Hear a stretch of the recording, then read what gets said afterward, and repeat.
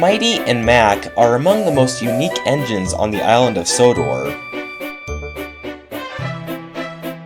The two of them each take up one side of a double-sided engine.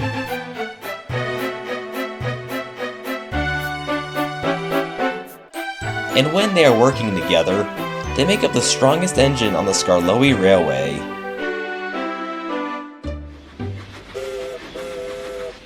One day, the two of them were working at the Blue Mountain Quarry. "You ready to get our train over to the wharf?" "Of course I am. We just need to find a way out of this mess." "Not to worry," Mighty assured.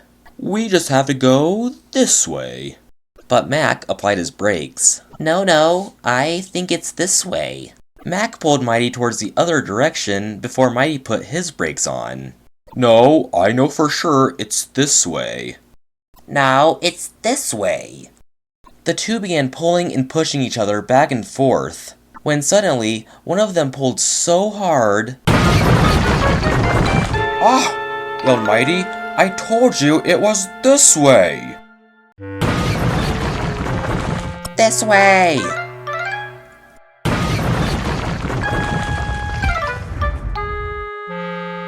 In mere seconds, Mighty Mac made a total mess of the Blue Mountain Quarry. Rusty and Luke both had to spend time cleaning everything up. Mr. Percival was not happy. "What happened here?" "I was just trying to navigate our way out of the junction," said Mighty, "but Mac insisted that we go the wrong way." "You had no idea where you were going, and look where it got us." "That's enough," Mr. Percival said sternly. "Since you two can't get along, you might as well just sit in the shed for the rest of the day." So Mr. Percival had Peter Sam come by and pull Mighty Mac back to the sheds. Neither of them said a word to each other.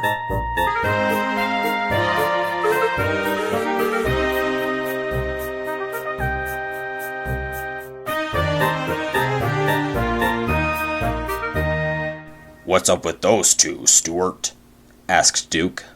They couldn't agree on what direction to get out of the quarry, and they ended up causing a huge accident. "Please," huffed Mac. "It was Mighty who pushed me into those trucks." "Don't listen to him.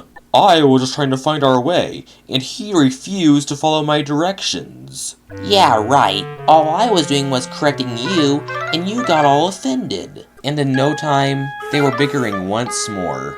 They bickered for the rest of the day, and they continued into the night as all the little engines were returning home. Duncan was the last engine to make it to the sheds that night. When he heard the quarrels coming from the Double Fairly engine, he and his driver agreed to couple up to them and shunt them into another shed over on a siding.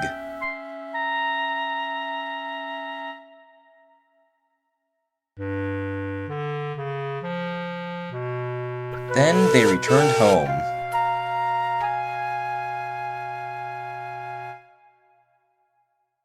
"I can't believe I'm saying this," Skarloey remarked. "But thank you, Duncan." "Think none of it. I'm sure none wanted to hear them at it all night."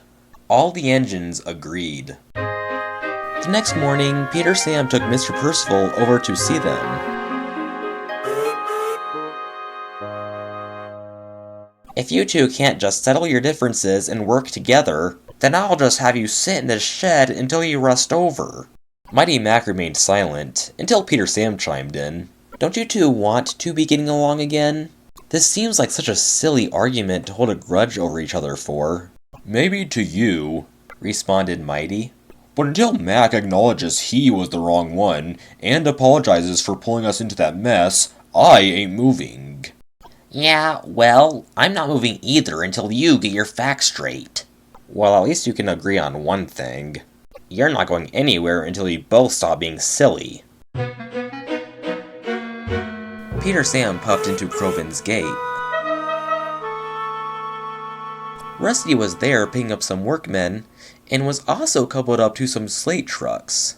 Because of those two refusing to work together, I've had to do some of Mighty Mac's work as well as my own.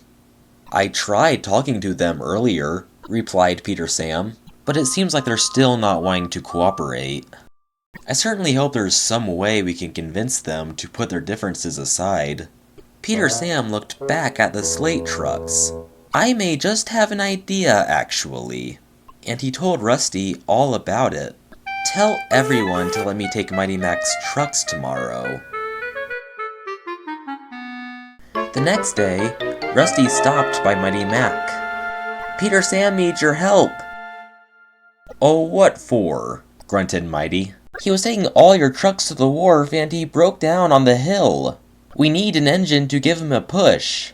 Why can't you do it? Replied Mac. Oh, there's no way I could do it myself. We need an engine that's stronger than the rest. At least when they're working together. Rusty winked. Fine, said Mighty, but we don't have our crew. Well, you do now, said their driver, climbing out of Rusty's cab.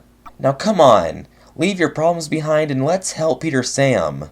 Mighty Mac roared into life.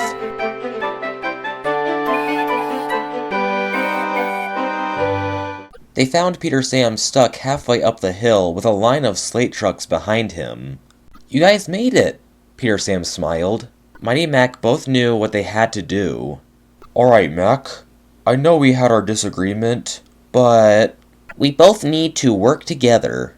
Mighty and Mac put both their strengths together and pushed Peter Sam and all their trucks up the hill.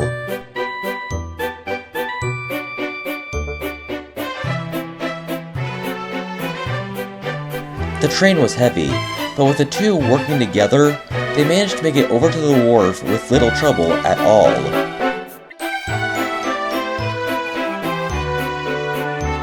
Thank you so much, you two, said Peter Sam. But I have a little confession to make. Peter Sam was uncoupled from the train and moved over to the line beside them. What? Said Mac. Rusty said you broke down. They did say that, but it was only to get you two to start cooperating again, said a voice. Mr. Percival had been riding in Peter Sam's cab the whole time. Ah, we were tricked, groaned Mac, but they both understood. Listen, Mac, I'm sorry I got so mad at you. I'm also sorry. If anything, that accident was both our faults. Precisely. But even when we have our disagreements, helping a friend in need can always bring us back together. Exactly, said Mr. Percival.